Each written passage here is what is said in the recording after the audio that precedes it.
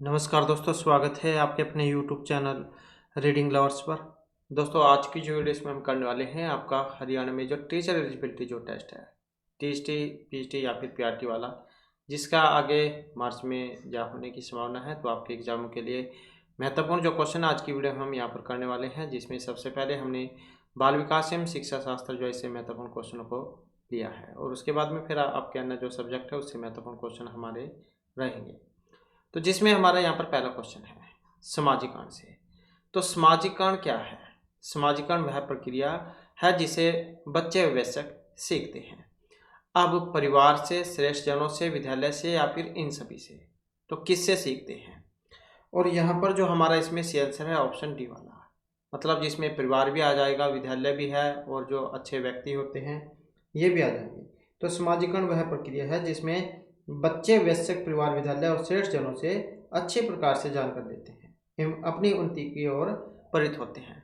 तो सबसे पहले तो बच्चा अपने परिवार में रहता है जब छोटा होता है, उसके बाद फिर विद्यालय जाना शुरू करता है, और उसके बाद जो उसके जो मित्र मंडली है, आस पड़ोस है, वहाँ से सीखता है। तो इन सभी का जो प्रभाव है बच्चे के ऊपर पड़ता है। नेक्स्ट आ जाता है, एक बच्चे की वृद्धि और विकास के अध्ययन की सर्वाधिक अच्छी विधि कौन सी होती है? तो वृद्धि और विकास के अध्ययन के लिए मनोविश्लेषण, तुलनात्मक विकास या फिर सांख्यिकी विधि। तो वृद्धि और विकास के लिए जो सबसे अच्छी विधि यहाँ पर मानी गई है वो कौन से वाली है? तो ये जो ऑप्शन सी में दी गई है, तो कौन सी है? विकासीय विधि। इस संबंध में जो हरलोक थे, इन्होंने अपने विचार दिए थे। तो हरलोक के अनुसार विकास की प्रक्रिया प्रगतिशील होती है, और विकासात्मक परिवर्तनों का जो उद्देश्य है बालक में पर्यावरण के साथ समायोजन स्थापित करने की योग्यता प्राप्त करना है। तो ये जो मनोवैज्ञानिक थे हरलोक, इन्होंने जो इसके बारे में बतलाया था। तो यहाँ पर जो है इसमें विकासीय माना गया है, और वैसे भी आप याद रख सकते हैं, विकास के बारे में पूछा गया तो विकास विकासीय है। तो वृद्धि और विकास के अध्ययन की सबसे अच्छी विधि विकासीय विधि। नाम भी आप आसानी से इसको याद रख सकते हैं। नेक्स्ट आ जाता है, मानव जाति में वे कौन से व्यक्ति निर्धारक तत्व हैं जो मानव जाति की विविधता को बताते हैं? पर्यावरण का अंतर है, आनुवंशिकता का अंतर है, आनुवंशिकता और पर्यावरण की अंतःक्रिया है, या कोई सभी नहीं है। तो मानव जाति में वे कौन से व्यक्तिक निर्धारक तत्व हैं जो मानव जाति की विविधता को बताते हैं? तो कौन से वाले हैं? और ये जो ऑप्शन सी में दिए गए हैं, तो यही व्यक्तिक निर्धारक तत्व होते हैं जो मानव जाति की विविधता को बताते हैं। तो इसमें आनुवंशिकता आ जाएगी, और साथ में जो पर्यावरण है, पर्यावरण का जो माहौल है वो आ जाएगा इसमें। नेक्स्ट आ जाता है, बच्चे के विकास के सिरस्थ सिद्धांत के अनुसार इनमें से सत्य कथन है। तो बच्चे के विकास के सिरस्थ सिद्धांत के अनुसार सही कथन कौन सा है?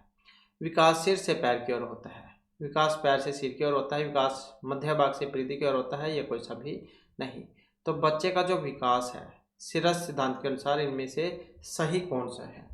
अब सही जो है यहाँ पर ऑप्शन जो ए में दिया गया है, विकास जो है वो सिर से पैरों की ओर होता है।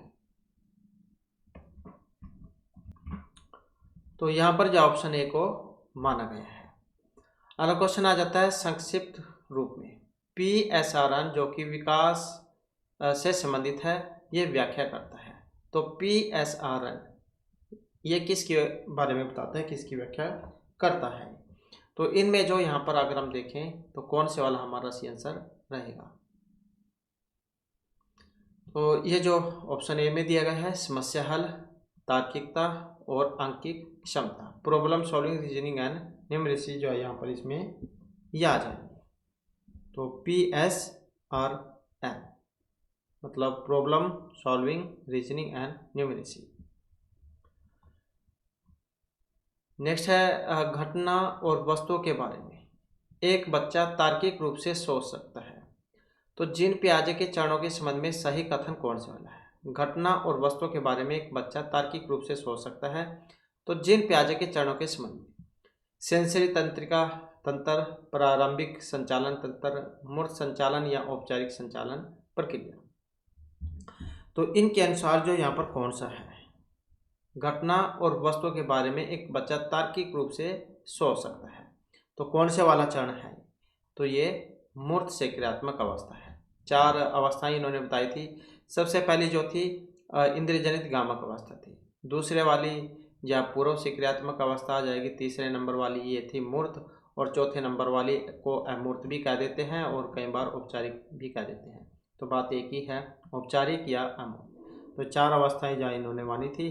तो ये तार्किक रूप से जो है वो मूर्त संचालन प्रक्रिया को माना गया है, मतलब जो सामने होती है। नेक्स्ट है, वाइगोत्स्की ने बाल विकास के बारे में क्या कहा था? कि यह संस्कारों की आनुवंशिक के कारण होती है।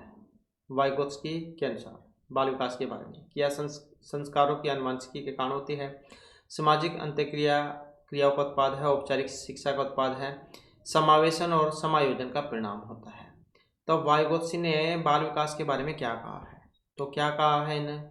यही कहा है कि यह सामाजिक अंतःक्रियाओं का उत्पाद होती है, वाइगोत्स्की के अनुसार। नेक्स्ट आ जाता है हमारा यहाँ पर सहयोगात्मक रणनीति किस श्रेणी में महिलाएं से संबंधित नहीं है? तो सहयोगात्मक रणनीति कौन सी श्रेणी से संबंधित नहीं है? स्वीकार्यता, प्रतिरोध, क्रांति या अनुकूलन? कौन सी है? यही ऑप्शन सी वाली, क्रांति। तो सहयोगात्मक रणनीति में महिलाएं क्रांति की प्रवृत्ति नहीं रखती हैं। नेक्स्ट आ जाता है क्वेश्चन हमारा जो हावर्ड गार्डनर है। इन्होंने 7 अभियोग्यताओं का अधिमान निर्धारित किया था। तो इनमें से कौन सा एक नहीं है? स्थान संबंधी अभियोग्यता, भावनात्मक, अंतःवैयक्तिक या भाषात्मक अभियोग्यता? तो हावर्ड गार्डनर ने जो 7 अभियोग्यताओं का जो अधिमान निर्धारित किया था, नहीं है इसमें कौन से वाला? ये वाला। तो अंतःवैयक्तिक जो अभियोग्यता, तो ये जो है इसमें नहीं है। तो ये जो हावर्ड गार्डनर जो थे, इनके बारे में हम थोड़ा सा देख लेते हैं। हावर्ड गार्डनर जो है, इन्होंने शुरू में 7 जो बुद्धिमताएं जो है इनकी एक सूची तैयार की थी, और इनकी सूची ये अंतिम थी। पहले 2 को आमतौर पर स्कूलों में महत्व दिया जाता है और अगले 3 को आमतौर पर कला से जोड़ दिया जाता है, और अंतिम 2 को हावर्ड ने व्यक्तिगत बुद्धिमता कहा था। तो ये जो 7 की यहाँ पर बात हुई है, कौन कौन सी थी? जैसे ये भाषाई बुद्धि है, इसमें बोले जाने वाली लिखित भाषा के प्रति संवेदनशील, भाषा सीखने की क्षमता और कुछ लक्ष्यों को पूरा करने के लिए भाषा का उपयोग करने की क्षमता शामिल है। इस बुद्धि में खुद को अलंकारिक या काव्यात्मक रूप से व्यक्त करने के लिए भाषा का प्रभावी ढंग से उपयोग करने की क्षमता शामिल है, और जानकारी को याद रखने के साधन के रूप में भाषा लेखक, कवि, वकील और वक्ता उन लोगों में से है जिन्हें हावर्ड गार्डनर उच्च भाषाई बुद्धि वाले मानते हैं। दूसरी जगह यहाँ पर तार्किक गणितीय बुद्धि आ जाती है। इसमें समस्याओं का तार्किक रूप से विश्लेषण करने, गणितीय संक्रियाएं करने और वैज्ञानिक रूप से मुद्दों की जांच करने की क्षमता शामिल है। हावर्ड गार्डनर के शब्दों में इसमें पैटर्न का पता लगाना, तर्क करना और तार्किक रूप से सोचने की क्षमता शामिल है, और यह बुद्धि अक्सर वैज्ञानिक और गणितीय सोच से जुड़ी हुई है। नेक्स्ट जो यहाँ पर आ जाती है तार्किक या जो संगीतई बुद्धि है। संगीत पैटर्न के प्रदर्शन, रचना और प्रशंसा में कौशल शामिल है। इसमें संगीत की पिच, स्वर और लय को पहचानने और रचना करने की क्षमता शामिल है। हावर्ड गार्डनर के अनुसार संगीत बुद्धि भाषाई बुद्धि के लगभग संरचनात्मक समानांतर चलती है। चौथे नंबर की जो यहाँ पर ये आ जाती है शारीरिक गतिशील बुद्धि। इसमें समस्याओं को हल करने के लिए अपने पूरे शरीर या शरीर के कुछ हिस्सों का उपयोग करने की क्षमता शामिल है। यह सारी गतिविधियों को समन्वित करने के लिए मानसिक क्षमताओं का उपयोग करने की क्षमता है। हावर्ड गार्डनर मानसिक और शारीरिक गतिविधि को संबंधित मानते हैं। इसके बाद फिर 5वें नंबर पे आ जाती है यहाँ पर स्थानिक बुद्धि। तो इसमें विस्तृत स्थान और अधिक सीमित क्षेत्रों के पैटर्न को पहचानने और उनका उपयोग करने की क्षमता इसमें शामिल होती है। और फिर 6ठे नंबर पर जो है यहाँ पर आ जाती है पारस्परिक बुद्धि। इसका संबंध दूसरे लोगों के इरादों, प्रेरणाओं और इच्छाओं को समझने की क्षमता से है। यह लोगों को दूसरों के साथ प्रभावी ढंग से काम करने की अनुमति देता है। शिक्षक, सेल पर्सन, धार्मिक और राजनीतिक नेताओं और परामर्शदाताओं सभी को एक अच्छी तरह से विकसित पारस्परिक बुद्धि की आवश्यकता होती है। लास्ट में आ जाती है यहाँ पर अंतःवैयक्तिक बुद्धिमत्ता। तो इसमें खुद को समझने या अपने भावनाओं, भय और प्रेरणाओं की सराहना करने की क्षमता शामिल है। हावर्ड गार्डनर के अनुसार इसमें खुद का एक प्रभावी कार्यशील मॉडल होना और अपने जीवन को विनियमित करने के लिए ऐसी जानकारी का उपयोग करने में सक्षम होना शामिल है। तो ये जो 7 जो अधिगम यहाँ पर इन्होंने बताए हैं। और ये जो हावर्ड गार्डनर जो है बहुविध जो सिद्धांत है उसके लिए जाने जाते हैं। नेक्स्ट आ जाता है हमारा यहाँ पर व्यक्तिगत विभिन्नता के मिलन के संबंध में एक अध्यापक की भूमिका होनी चाहिए। व्यक्ति के दृष्टिकोण, अभिरुचि और योग्यता को जानने का प्रयास, व्यक्ति आधारित पाठ्यक्रमों को उनकी आवश्यकता के अनुसार जानने की कोशिश, दोनों या कोई सा भी नहीं। तो व्यक्ति की विभिन्नता के मिलन के संबंध में एक अध्यापक की भूमिका होनी चाहिए। तो किस रूप में होनी चाहिए, तो इसमें अगर हम देखें तो जो यहाँ पर ऑप्शन सी में दिया गया है, मतलब दोनों ही जो यहाँ पर इसमें आ जाएंगे। तो व्यक्तिगत विभिन्नता के मिलन के संबंध में एक अध्यापक को की भूमिका के अंतर्गत व्यक्तिगत दृष्टिकोण, अभिरुचि और योग्यता को जानने का प्रयास और व्यक्ति आधारित पाठ्यक्रम को उनकी आवश्यकताओं के अनुसार जानने की कोशिश, दोनों ही ये होनी चाहिए। तो दोनों ही यहाँ पर आंसर हो जाएंगे, ए बी वाले। नेक्स्ट आ जाता है अभियोग्यता के संबंध में सही कथन। समायोजन करने की क्षमता का नाम अभियोग्यता है, सीखने की क्षमता का नाम अभियोग्यता है, संक्षिप्त तार्किकता की क्षमता का नाम अभियोग्यता है, या ये सभी है। तो अभियोग्यता के संबंध में सही कथन कौन से वाला है, कौन से वाला है, तो ये सभी ही सही है इसमें। तो अभियोग्यता के संबंध में समायोजन करने की क्षमता, सीखने की क्षमता एवं संक्षिप्त तार्किक की क्षमता, ये सभी बातें इसमें समाहित है। नेक्स्ट आ जाता है एक बच्चे की मानसिक आयु है 5 और वास्तविक आयु है 4, तो उस बच्चे की जो IQ होगी वो कितनी होगी। तो बुद्धिलब्धि का जो फार्मूला था कौन सा था, मानसिक आयु बटे वास्तविक आयु गुणा 100 वाला। तो मानसिक आयु बटे वास्तविक आयु गुणा 100 वाला, तो यही था। तो कौन सा वाला होगा इसमें,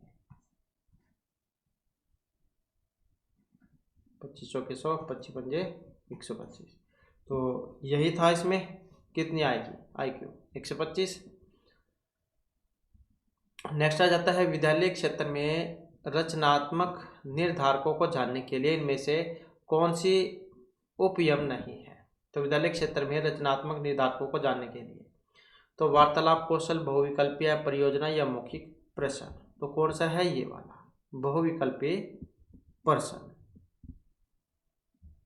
नेक्स्ट क्वेश्चन आ जाता है शिक्षा में विकास को लेकर फ्रोबेल का मुख्य योगदान।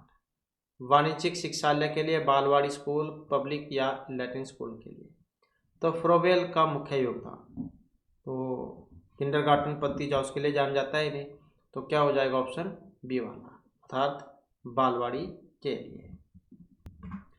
तो यहाँ पर हम जो ये जो फ्रोबेल है इनके बारे में थोड़ा सा जान लेते हैं। ये आप चित्र देख सकते हैं, ये थे फ्रीडरिक फ्रोबेल, ये इनका जो नाम था, और जन्म जो इनका 21 अप्रैल 1782 को हुआ था। तो ये जो फ्रीडरिक विलियम जो है अगस्त फ्रोबेल, ये जर्मन उच्चारण है यहाँ पर, और ये जन्म है इनका 21 अप्रैल 1782 से 21 जून 1852 तक। जर्मनी के प्रसिद्ध शिक्षा शास्त्री थे और पेस्थालोजी जो इनके शिष्य थे। इन्होंने किंडरगार्टन अर्थात जो बालवाड़ी जो है इसकी संकल्पना दी थी।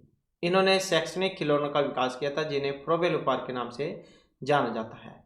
इन्होंने दुनिया का पहला प्लेइंग स्कूल सन 1837 ईस्वी में खोला था।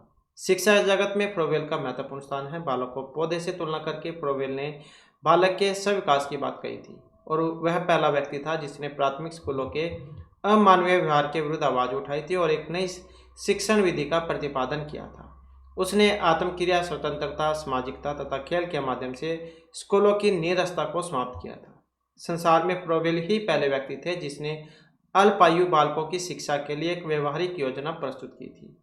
उसने शिक्षकों के लिए कहा था कि वे बालक की आंतरिक शक्तियों के विकास में किस प्रकार का हस्तक्षेप न करें, बल्कि प्रेम एवं सहानुभूति पूर्वक व्यवहार करते हुए बालकों को पूरी स्वतंत्रता दें।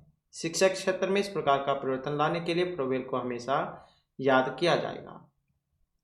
तो किंडरगार्टन जो पद्धति है उसके लिए फ्रोबेल को जाना जाता है। तो ये इनका जन्म हुआ था 21 अप्रैल 1782 और ये मृत्यु 21 जून 1852। तो जर्मन के प्रसिद्ध शिक्षा शास्त्री थे और पेस्थालोजी के ये शिष्य थे। और हो सकता है बहुत सारों ने इनका नाम सिर्फ फ्रोबेल ही सुना हो, तो ये इनका कंप्लीट नाम था। नेक्स्ट आ जाता है आपकी कक्षा के कुछ छात्र अति मेधावी हैं, आप उन्हें किस तरह से पढ़ाएंगे। कक्षा के साथ, उच्च कक्षा के साथ, समृद्धकरण और कार्यक्रमों के द्वारा, या फिर जब चाहे। तो आपकी कक्षा के कुछ छात्र अति मेधावी हैं तो आप उन्हें किस तरीके से पढ़ाएंगे। तो यहाँ पर जो ऑप्शन सी में दिया गया है समृद्धीकरण कार्यक्रमों के द्वारा।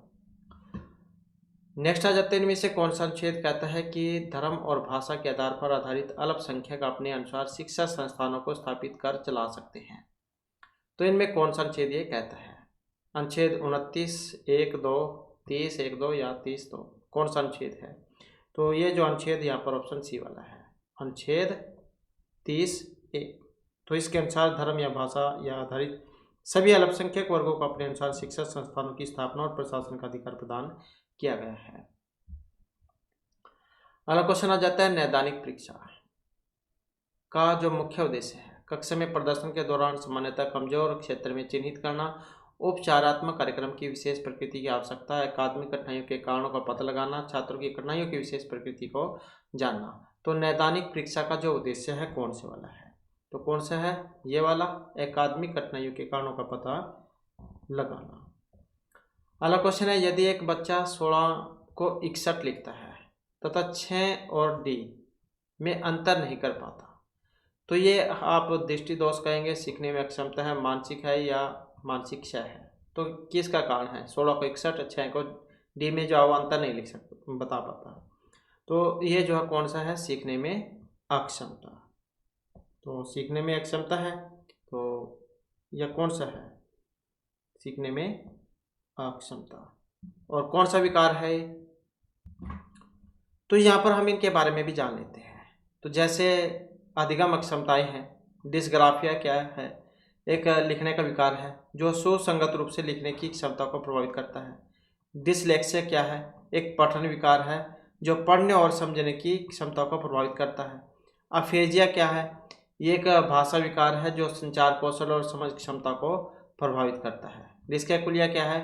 गणित संबंधी विकार है, ये गणितीय गणना और संख्याओं को समझने और क्षमता को प्रभावित करता है। और ये जो learning disability association of America जो है, ये कई अन्य मानसिक स्वास्थ्य चिकित्सक 7 विकारों को विशिष्ट शिक्षण विकलांगता मानते हैं, जिसमें डिसलेक्सिया, डिस्ग्राफिया, डिस्कैकुलिया, श्रवण प्रसंस्करण विकार, भाषा प्रसंस्करण विकार, अशाब्दिक शिक्षण विकलांगता और दृश्य अवधारणात्मक विकलांगता, ये वाली है। और एक सीखने की अक्षमता को 4D भी कहा गया है। 4D कौन कौन से है? जैसे इनमें देख सकते हैं, डिस्कैकुलिया डी से बना है, डिस्कैकुलिया ये भी डी से बना है, डिसलेक्सिया डी से, डिस्कैकुलिया ये भी डी से बना है, डिस्ग्राफिया ये भी डी शब्द से बना है, डिस्प्रेक्सिया ये भी डी शब्द से बना है। तो 4D के अंतर्गत ये आते हैं। नेक्स्ट हमारा जो यहाँ पर क्वेश्चन है, विशेष शिक्षा संबंधित है। मेधावी छात्र के लिए शिक्षा से, कम योग्य छात्रों के लिए शैक्षिक कार्यक्रम से, शिक्षकों के लिए प्रशिक्षण कार्यक्रम से, या पिछड़ी बुद्धि के छात्रों के लिए प्रशिक्षण कार्यक्रम से। तो विशेष शिक्षा का संबंध है, तो इसका संबंध किससे है? तो ये है कम मेधावी छात्रों से संबंधित। तो मेधावी छात्र स्वतः ही अपने शैक्षणिक गतिविधियों में कुशल होते हैं। तो विशेष शिक्षा कम योग्य छात्रों के लिए शैक्षिक कार्यक्रमों से उपलब्ध कराई जाती है। नेक्स्ट आ जाता है, सीखने के वे कौन से कारक हैं जो सीखने को प्रभावित करेंगे? शिक्षार्थियों का शारीरिक व मानसिक स्वास्थ्य, प्रेरणा और उपलब्धि का प्रेरणा स्तर, उत्सुकता और इच्छा शक्ति, या ये सभी। तो सीखने के वे कारक जो सीखने को प्रभावित करते हैं, तो कौन से हैं? तो ये सभी जो इसमें प्रभावित करेंगे। तो सीखने हेतु शिक्षार्थी की शारीरिक, मानसिक स्वास्थ्य, प्रेरणा, इच्छा शक्ति और उत्सुकता, ये सभी जो कारक हैं इनका होना जरूरी है। तो जिस काम को सीखने में आपका मन है वही आप कर पाओगे जल्दी से, अच्छे तरीके से, लंबे समय तक वही आप याद रहेगा। तो पर वातावरण वगैरह सभी कुछ जो इस पर निर्भर करता है। नेक्स्ट है, CCE में औपचारिक और योगात्मक निर्धारण का कुल मूल्य होता है। तो कुल मूल्य जो कितना होगा? तो यही होगा 40-60 का। नेक्स्ट है, आप एक कक्षा में शिक्षक के तौर पर छात्रों को प्रेरित करते हैं। निर्देश निर्धारित करके, श्याम पट का प्रयोग करके, दृष्टांत उदाहरणों के द्वारा, छात्रों की सक्रिय भागीदारी के द्वारा। आप एक कक्षा में शिक्षक के तौर पर छात्रों को प्रेरित करते हैं, तो छात्रों की किसके? सक्रिय भागीदारी के द्वारा। नेक्स्ट आ जाता है, संज्ञानात्मक विकास का अर्थ, अभियोग्यता का विकास करना, बच्चे का विकास, शारीरिक कौशल का, व्यक्तिगत विकास करना। तो संज्ञानात्मक विकास का मतलब, तो ये अभियोग्यता के विकास से है। नेक्स्ट आ जाता है, शब्द निम्न में से गहन संबंध रखता है। समान, परीक्षा प्रश्न से, सहयोगी से, ईर्ष्या, अधिगम स्थानांतरण या समूह निर्देशन से। तो किससे है संबंधित? ऑप्शन सी अधिगम स्थानांतरण। तो और ये किन का था ये अधिगम स्थानांतरण? तो इसका जो प्रतिपादन थॉर्नडाइक और जो वुडवर्थ है इन्होंने किया था अधिगम स्थानांतरण। नेक्स्ट आ जाता है रचनात्मक लेख का नियोजन होना चाहिए केवल उन छात्रों के लिए जो अक्षर स्तर पर पढ़ते हैं। तो रचनात्मक लेख का नियोजन केवल उन छात्रों के लिए जो लंबे वाक्य को लिख सकते हैं, केवल उन छात्रों के लिए जो समाचार पत्र के लिखना चाहते हैं, सभी छात्रों के लिए। तो कौन सा होना चाहिए? जहाँ पर ये ऐसा केवल वाला दिखाई दे तो मतलब वो गलत रहेगा। तो सही कौन सा है? ये वाला, सभी छात्रों के लिए। नेक्स्ट आ जाता है क्लासिकल स्थिति का प्रतिपादन जो है यहाँ पर किया था, या क्लासिकल स्थिति के लिए जान जाते हैं स्किनर, वाटसन, पावलोव या थॉर्नडाइक। तो कौन जान जाते हैं? ऑप्शन बी, जो पावलोव है। और कुत्ते पर जो इन्होंने अपना जो प्रयोग किया था शास्त्रीय अनुबंधन का सिद्धांत भी से कहा जाता है। नेक्स्ट आ जाता है एक मेधावी छात्र अध्ययन में बेहतर उपलब्धि हासिल नहीं कर पा रहा है, तो शिक्षक को निम्न में से उसके लिए कौन सी गतिविधि अपनानी चाहिए? बेहतर प्रदर्शन की प्रतिज्ञा, उसकी कम उपलब्धि के कारण का पता करना, परीक्षा में कृपांक देना, उसके अभिभावक से कहना कि वह उसे स्कूल से निकाल दे। तो एक मेधावी छात्र अध्ययन में बेहतर उपलब्धि हासिल नहीं कर पा रहा है, तो शिक्षक को इनमें से उसके लिए कौन सी गतिविधि अपनानी चाहिए? तो उसका जो है हमें कारण जानने का प्रयास करना चाहिए। नेक्स्ट आ जाता है, यह कहा जाता है कि शिक्षक को संसाधन संपन्न होना चाहिए। इसका मतलब क्या है? पर्याप्त पैसा और संपत्ति होनी चाहिए ताकि वह ट्यूशन न पढ़ाए, उच्च अधिकारियों से संपर्क होना चाहिए ताकि उसे हानि न पहुंचाए, पर्याप्त ज्ञान होना चाहिए ताकि छात्र की समस्याओं को हल कर सके, उसकी छात्रों के बीच अच्छी पैठ होनी चाहिए ताकि अधिकांश उसके विरुद्ध कोई कार्रवाई न कर सके। तो शिक्षक को संसाधन संपन्न होने से मतलब क्या है? तो इसका मतलब है उसको अच्छे ज्ञान होना चाहिए, मतलब अपना जो सब्जेक्ट है उसके बारे में पता होना चाहिए। नेक्स्ट है वे कौन से बाह्य कारक हैं जो एक बच्चे को कक्षा में रुचि लेने से रोकते हैं? भावना और मनोभाव, संस्कृति, प्रशिक्षण, बच्चे का दृष्टिकोण, लक्ष्य और प्रयोजन। तो वे बाह्य कारक जो एक बच्चे को कक्षा में रुचि लेने से रोकते हैं, तो जिसमें संस्कृति और प्रशिक्षण ये आ जाएंगे। इसके बाद है इनमें से कौन सा प्रयोजन प्राथमिक प्रयोजन कहलाता है? तो प्राथमिक प्रयोजन कौन सा कहलाएगा? यही शारीरिक प्रयोजन। तो ये तो जो हमारे यहाँ पर आपके बाल विकास एवं शिक्षा शास्त्र या इसके महत्वपूर्ण या क्वेश्चन थे, और इसके बाद फिर हमारा आपका नया सब्जेक्ट जो है इसके महत्वपूर्ण क्वेश्चन आ जाते हैं, जिसमें हमारे आपके यहाँ पर हिंदी ग्रामर जो इसके क्वेश्चन रहेंगे। और जिसमें हमारा यहाँ पर पहला क्वेश्चन है, संज्ञा के संबंध में कौन सा एक सही नहीं है? व्यक्तिवाचक संज्ञाओं का प्रयोग सदैव आदर अर्थ के अतिरिक्त एकवचन में होता है। देश, त्योहार, नदी उक्त व्यक्तिवाचक संज्ञा के उदाहरण हैं।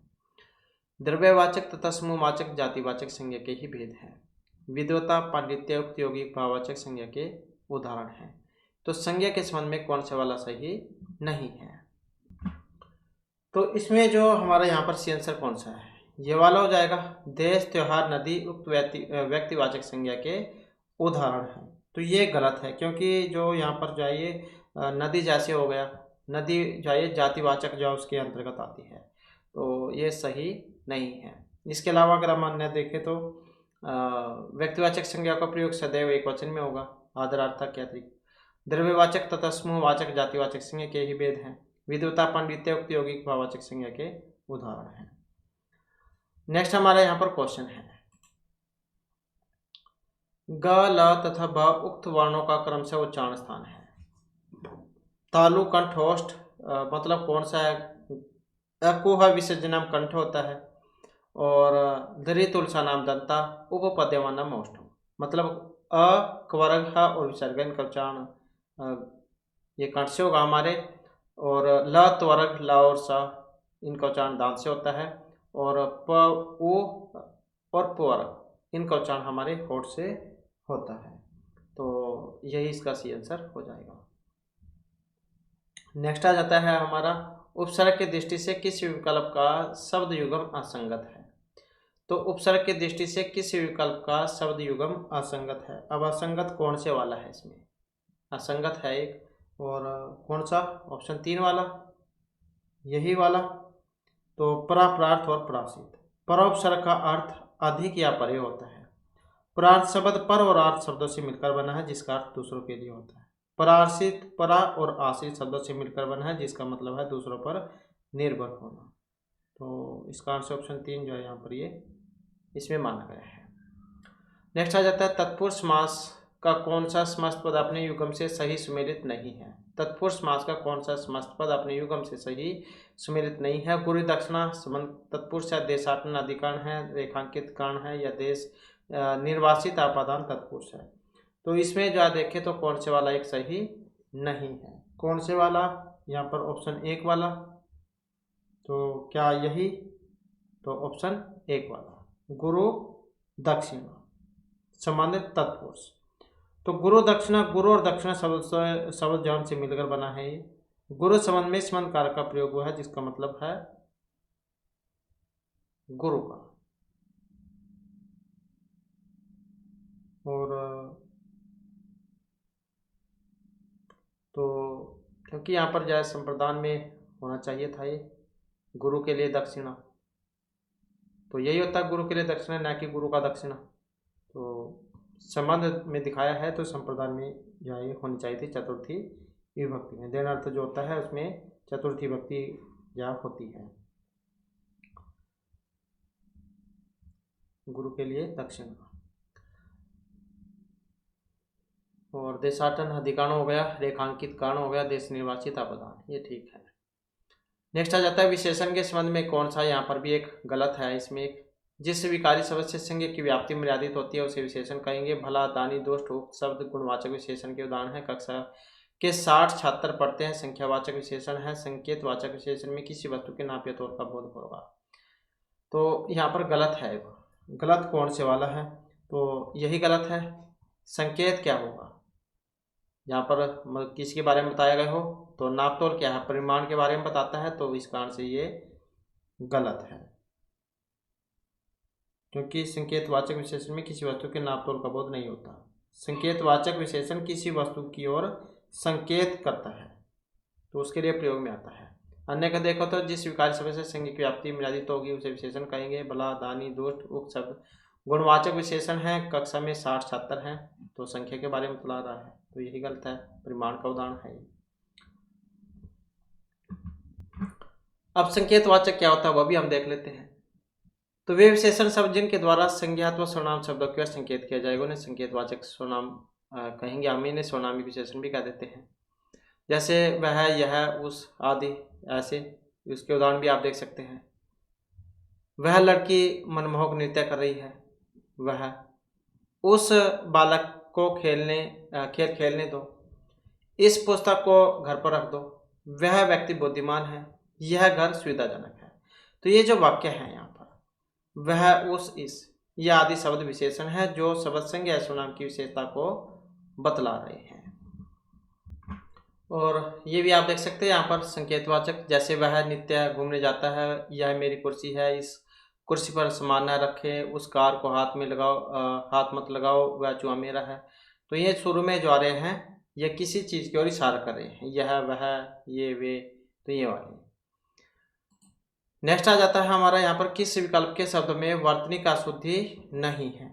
तो वर्तनी अशुद्धि नहीं है वो कौन से वाला है, तो कौन से वाला है, ऑप्शन 1 वाला, शुद्धजन शताब्दी, तो यही है। और जो यहाँ पर दिया गया है जैसे साधुवाद है, इसमें क्या होना चाहिए था, छोटी होनी चाहिए थी साधुवाद।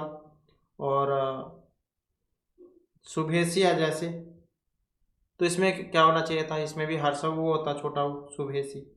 और चंद्रमौली है, चंद्रमौली होता है, इसमें एक और मात्रा होनी चाहिए थी, चंद्रमौली, तो इसका आंसर गलती है, तो यही ठीक है बस इसमें। नेक्स्ट आ जाता है किस क्रमांक में कादम्बरी, कादम्बनी शब्द युग्म का क्रमशः सही अर्थ है।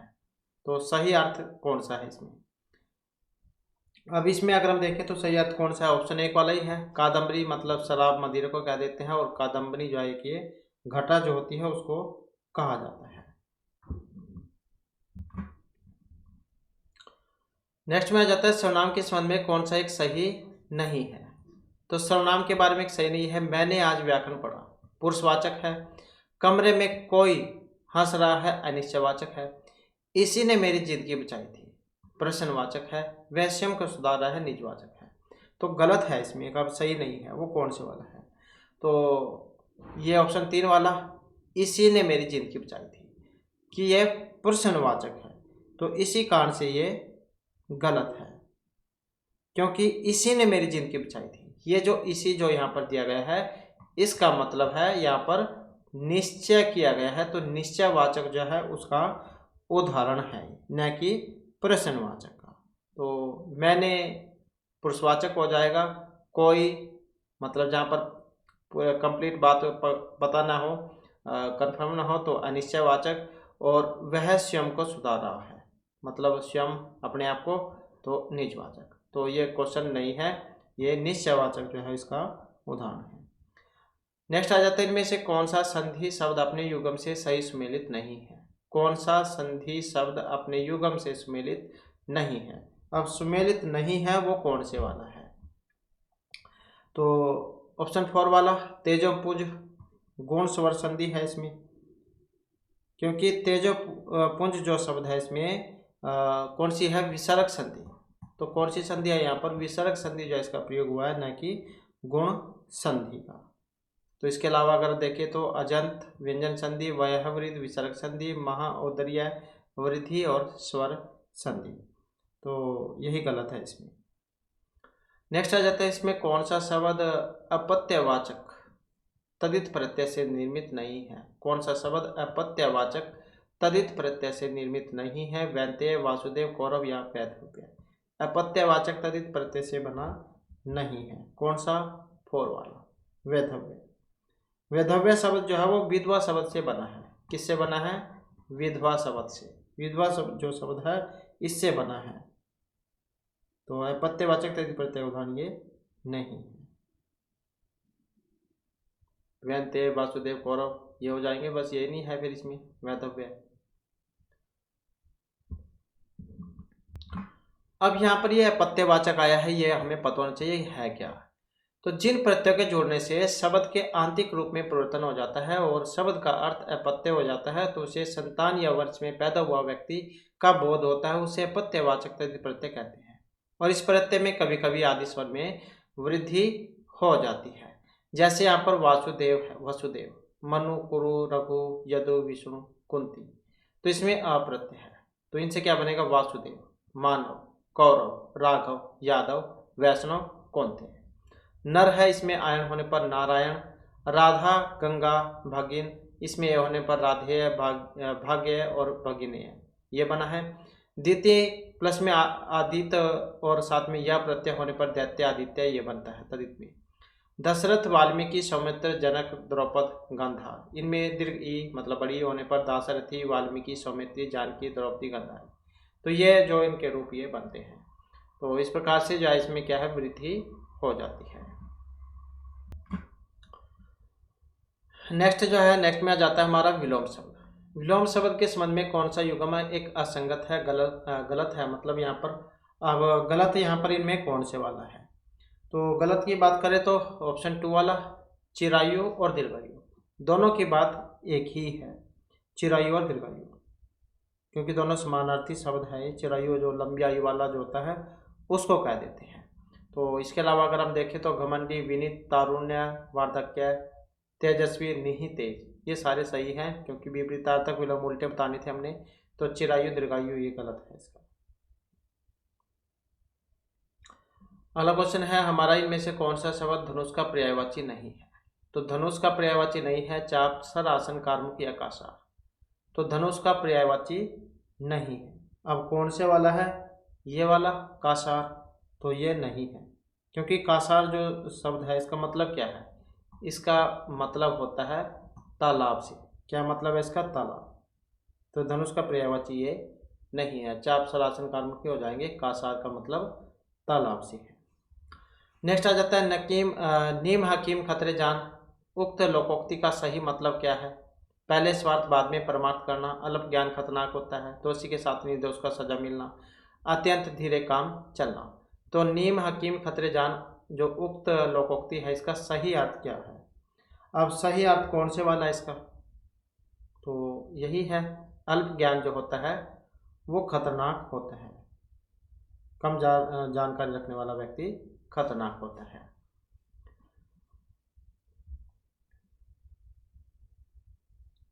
नेक्स्ट आ जाता है किस विकल्प का वाक्य पूर्वकालिक क्रिया का उदाहरण नहीं है? तो पूर्वकालिक क्रिया जो उसका उदाहरण नहीं है वो कौन से वाला? राम खेल कर चला गया, तुम्हें ऐसा करना शोभा नहीं देता। सीता खाना बनाकर जयपुर जाएगी। अध्यापक उदाहरण देकर छात्रों को पढ़ाते हैं। अब पूर्वकालिक क्रिया का एक उदाहरण नहीं है, वो कौन से वाला है? तो यही है, तुम्हें ऐसा करना शोभा नहीं देता है। तो इसमें पूर्वकालिक क्रिया नहीं आई है। पूर्वकालिक क्रिया जो इसमें लेकर, देकर, खाकर, पीकर, ये ऐसा जो आप कर वो आपको देखने को मिलेगा, तो होती है पूर्वकालिक क्रिया। नेक्स्ट आ जाता है वाक्यांश के लिए एकल शब्द के संबंध में कौन सा युग्म असंगत है? तो वाक्यांश के लिए एकल शब्द के संबंध में कौन सा युग्म असंगत है? तो गलत है यहाँ पर भी एक। अब वो गलत कौन से वाला है? तो यही गलत है, जिसे वहन करना कठिन हो, दुर्विभव्य। क्योंकि जिसे वहन करना कठिन हो, वाक्यांश के लिए जो एकल शब्द वो दुर्वह होगा। क्या होगा? दुर्वह। जिसे वहन करना कठिन हो, दुर्वह, तो न कि दुर्विभव्य। तो इसी कारण से ये गलत है। जिसे किसी ने न सूंघा हो, अनघरात कह देते हैं ऐसे। जो कोई काम करने की इच्छा, विकीर्षा, विजय प्राप्त करने की इच्छा, विजिगीषा। तो ये सारे सही हैं, बस ये वाला गलत है, क्योंकि जिसे वहन करना कठिन से दुर्वाह कहा जाता है। तो इस प्रकार से जो हमारे आज की क्लास में महत्वपूर्ण क्वेश्चन थे। नेक्स्ट वीडियो की इसमें आपके लिए नए जो महत्वपूर्ण क्वेश्चन हम लेकर आएंगे। और हमारे साथ अंत बनाने के लिए धन्यवाद।